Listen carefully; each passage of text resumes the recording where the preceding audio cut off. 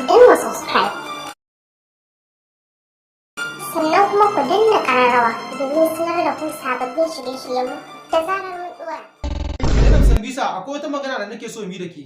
Kai ni fa ba kuwa ce. To ai ba wata magana bace, daman ya muwa bane ya ganke kyasa. Ya muwa ba, da alamun ta karɓi soyayyar ka fa.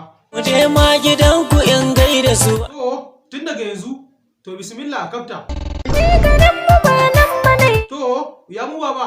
Subhana kaji ai. A'a, ba wani matsala bane. Ki masa bayani ina jinki. Hanyar zuwa bata za a yi. To, ya muwa ba har yanzu bata tabbatar da gaske kake son ta ba. Garin naku ko arami yake na ce da ke zuwa zanayi. Aha, shine magana. Yanzu kin tabbatar da cewa da gaske ta ko? Me kuma na dariya? Ya muwa ba ƙara tabbatar mata da cewa da gaske kake. Wuce ta sha mu zarce ta ci. A'a, dakata. Menene sunan garin tukunna da farko? To ni garin masan nesa ne. Da mai ta in ƙara ji. To ni garin masan nesa ne. A'a, ku gama tsakaninku. Yar uwa kamar ban fahimci zancen ki ba. Na ce maka a Sambisa gidansu yake. Subhana kaji ai. Menene kuma?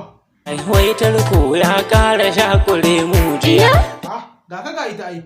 Allah kai ki lafiya yar gari. Ba ka tabbatar mata da gaske kake son ta ba? Me zai ana ka bi ta kuje? A'a, ni din ina so in je. Bismillah. Babanmu ne ba zai banni ba.